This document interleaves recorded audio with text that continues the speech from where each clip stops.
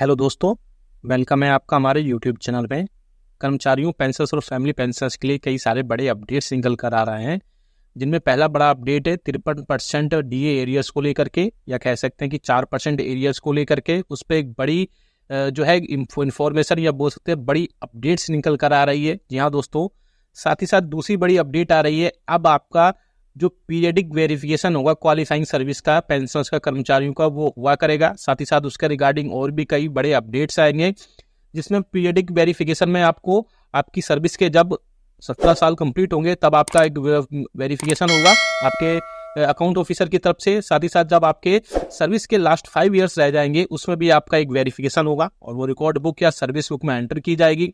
और उसमें क्या क्या चेंजेस होंगे और क्या क्या बड़े अपडेट्स आए उसके रिगार्डिंग भी हम यहाँ पर बात करेंगे। दूसरी के बाद तीसरी बड़ी अपडेट है कि अगर आप अपने सर्विस रिकॉर्ड में या सर्विस बुक में सरनेम चेंज करना चाहते हैं या स्पाउस नाम चेंज करना चाहते हैं तो उसके लिए क्या कंडीशंस आए, नई कंडीशंस ऐड हो गई हैं। साथ ही साथ आपके लिए और भी कई सारी अब सुविधाएं सरकार की तरफ से प्रोवाइड की जा रही हैं, उसके रिगार्डिंग भी हम बातचीत करेंगे यहाँ पर। साथ ही साथ आपकी बेसिक पेंशन में बढ़ोतरी को लेकर के एक बड़ी खबर निकल कर आ रही है। जानकारी के मुताबिक आपको जल्द एक बड़ी खुशखबरी देखने को मिल सकती है। बेसिक पेंशन में हर साल 1% से 1.5% की हर साल बढ़ोतरी की जा सकती है। जी हाँ दोस्तों, उस पर भी हम यहाँ पर डिटेल में बात करेंगे। साथ ही साथ आपको जो पीरियडिक वेरिफिकेशन को जो आपकी क्वालिफाइंग सर्विस होगी उसके रिगार्डिंग आपको एक ऑफिशियल नोटिफिकेशन भी दिखाया जाएगा। और इसके अलावा आपको जो सरनेम वगैरह में जो चेंजेस करने हैं स्पाउस नेम में उसके रिगार्डिंग भी हम यहाँ पर बात करेंगे। तो कई सारे बड़े अपडेट्स इसमें आपको देखने के मिलेंगे, इसलिए इस वीडियो को पूरा लास्ट तक देखिएगा। और अगर चैनल पर पहली बार आए तो चैनल को फ्री में सब्सक्राइब जरूर करिएगा, सब्सक्राइब के ब्लैक बटन को प्रेस करके। साथ ही साथ आप हमारे वीडियोस की लेटेस्ट इन्फॉर्मेशन के लिए घंटे के निशान को यानी बेल आइकन को प्रेस करना बिल्कुल मत भूलिएगा, तभी आपके पास हमारे वीडियोस की लेटेस्ट इन्फॉर्मेशन आ पाएगी और आप हमारे वीडियोस को इसी तरीके से आगे भी वॉच कर पाएंगे। जल्दी से आपको इन्फॉर्मेशन दे दें, आप आपके पेंशनरी बेनिफिट्स रिलेटेड अगर आपको कोई डाउट है, कोई समस्या है, या आपकी पेंशन टाइम पर नहीं आती है, या आपको कोई सहायता चाहिए, तो मात्र 29 रुपये ज्वाइन दे करके आप सामने देख सकते हैं। ज्वाइन बटन पर क्लिक करके, ज्वाइन बटन को आप वहाँ से जो है सीधा आप क्लिक करके, या ऊपर आई बटन पर आ रहा होगा वहाँ से क्लिक करके आप 29 रुपये पे करके आपकी जो भी समस्या है विद इन 15 मिनट में आप उसको सॉल्व करवा सकते हैं। पहली जो बड़ी खबर आ रही है, जी हाँ दोस्तों, 53% डीए एरियर्स को लेकर के। आपने देखा कि बहुत सारे पेंशनर्स ऐसे हैं जिनको अब डीए के एरियर्स आने स्टार्ट हो गए हैं। तो वो मैंने बहुत सारे पेंशनर्स से पूछा भी था कि आपको एरियर्स आना स्टार्ट हुआ है या नहीं हुआ है। तो मोस्टली पेंशनर्स का जवाब था कि अभी आपको एरियर्स जो 53% था वो आपको प्रोवाइड अभी नहीं कराया जा रहा है। लेकिन कुछ लोग पेंशनर्स थे, यानी बहुत कम पेंशनर्स ऐसे थे जिन्होंने बोला कि हाँ, हमें 4% जो 4 मंथ का डीए का एरियर्स है वो प्रोवाइड करा दिया गया है। तो ऐसे कौन से पेंशनर्स हैं? तो ऐसे वो पेंशनर्स हैं जो अभी बैंक से पेंशन ले रहे हैं, या बोल सकते हैं जहां पर सीपीसीसी से इन्वॉल्व है पेंशन आपकी पेंशन आपके खातों में पहुंचाने तक, यानी बैंक से इन्वॉल्व है उनमें और बैंक के थ्रू आपके पेंशन खातों में आती है। या फिर ऐसे पेंशनर्स हैं जिनका माइग्रेशन अभी स्पर्श में नहीं हुआ है या स्पर्श पोर्टल पर वो माइग्रेट नहीं हुए और वो पेंशन अपनी बैंक से ही ले रहे हैं, तो उनको जो है उनका डीए का एरियर्स आने लगा है। आपको पता है पिछले दिनों एक ऑफिस मेमोरेंडम जारी किया गया था डीए एरियर्स को लेकर के, और उसके अगले दिन ही बैंक्स ने और आपके रिकॉर्ड ऑफिस की तरफ से, आपके अकाउंट ऑफिस की तरफ से वो सारी चीज़ें डिस्बर्समेंट कर दी गई, और उसके बाद में आपको जो है अगले दिन ही आपके खातों में आपको एरियर्स जो आने लगा, और यहाँ पर बैंक से उसको डिस्पर्स भी कर दिया, आपके खातों में पहुंचा भी दिया है। तो बाकी अब जो स्पर्श के पेंशनर्स है उनको जो है 10 या फिर 15 तारीख तक का वेट करिए, उनको जो है वहाँ पर पेंशन में जो एरियर्स है वो वहाँ पर उनको प्रोवाइड करा दिया जाएगा। ऐसे में आपको कोई भी घबराने की जरूरत नहीं है, आपका भी एरियर्स आपके खातों में आ जाएगा। अब बात करते हैं एक और बड़ी खबर की। आपकी बेसिक पेंशन में 1 से 1.5% आपकी हर साल बढ़ोतरी की जा सकती है। जी हाँ दोस्तों, एक जानकारी आ रही है, एक बड़ी खबर आ रही है। खबर की माने तो पेंशनर्स के बेसिक पेंशन में 1.5% की यानी 1.5% की हर साल बेसिक में बढ़ोतरी की जा सकती है। क्यों? क्योंकि जिस प्रकार से कर्मचारियों की हर साल सैलरी में 3% की बढ़ोतरी होती है, ऐसे में कर्मचारियों और पेंशनर्स की वहाँ पर डिमांड थी, स्पेशली पेंशनर्स यूनियंस थी, कि हर साल कम से कम 1.5% की बेसिक पेंशन में बढ़ोतरी की जाए। क्योंकि कर्मचारियों की बेसिक में अगर 3% की बढ़ोतरी होती है तो बेसिक पेंशन में आपकी कम से कम 3% की वहाँ पर बढ़ोतरी की जानी चाहिए। तो हाँ जी, इससे मैं भी सहमत हूँ। आपका क्या राय है कि बेसिक पेंशन में एटलीस्ट 1.5% की बढ़ोतरी की जानी चाहिए? उससे आप जरूर बताइएगा। हालांकि अभी इसके ऊपर कोई ऑफिशियल नोटिफिकेशन या ऑफिशियल सर्कुलर जारी नहीं किया गया है।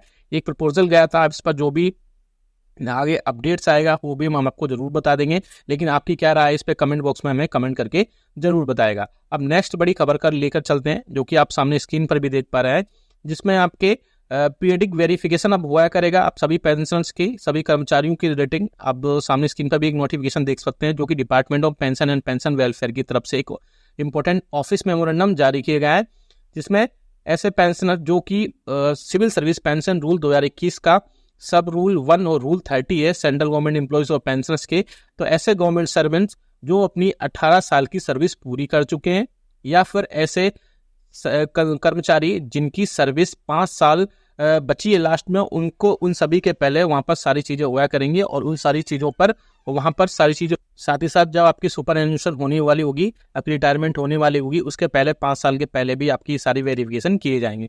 साथ ही साथ सिमिलर प्रोविजंस ऐसे पेंशनर्स और कर्मचारियों के लिए सीसीएस पेंशन रूल्स में किए जाएंगे, जो कि ग्रेच्युटी अंडर एनपीएस के रूल 2021 के तहत लेते हैं। साथ ही साथ सेंट्रल गवर्नमेंट एम्प्लॉइज जो नेशनल पेंशन सिस्टम के अंडर कवर्ड है, उनको भी ये सारे रूल्स फॉलो करने होंगे, और वहां पर उनकी सारी मिनिस्ट्रीज और सारे डिपार्टमेंट को स्ट्रिक्टली ये सारे रिक्वेस्ट की गई है कि सारे प्रोविजन स्ट्रिक्टली फॉलो किए जाएं। हेड ऑफ ऑफिसेस की तरफ से जो सारे रूल्स हैं उनको स्ट्रिक्टली कंप्लायंस का उनको फॉलो किए जाना चाहिए। तो इसके रिगार्डिंग ये बड़ी इन्फॉर्मेशन थी कि आप सभी की, अब उसमें क्या फायदा ही है आपका कि 5 साल पहले सारी चीजें जब मॉनिटरिंग की जाएंगी, तो आपकी जब रिटायरमेंट होगी वहां पर आप सभी को सीधा फायदा मिलेगा, और आपको अलग अलग भटकने की जरूरत नहीं पड़ेगी। आपके सारे जितने भी चीजें होंगी एक साथ ही रिकॉर्ड ऑफिस में रखी जाएंगी, और वहां से आपकी सारी चीजों में किया जाएगा। सामने आप एक और बड़ा ऑफिस मेमोरेंडम देख रहे हैं, जो कि सेम पेंशन मंत्रालय की तरफ से, या बोल सकते हैं department of pension and pensioners welfare की तरफ से इंपोर्टेड ऑफिस मेमोरेंडम जारी किया गया है, जिसमें आपके सरनेम में, यानी कि आपकी जो भी सरनेम है, आपके स्पाउस का नेम है, अगर आप उसको चेंज करना चाहते हैं, उसके रिगार्डिंग एक डिपार्टमेंट ऑफ पेंशन वेलफेयर की तरफ से एक इंपोर्टेड ऑफिस मेमोरेंडम जारी कर दिया गया है।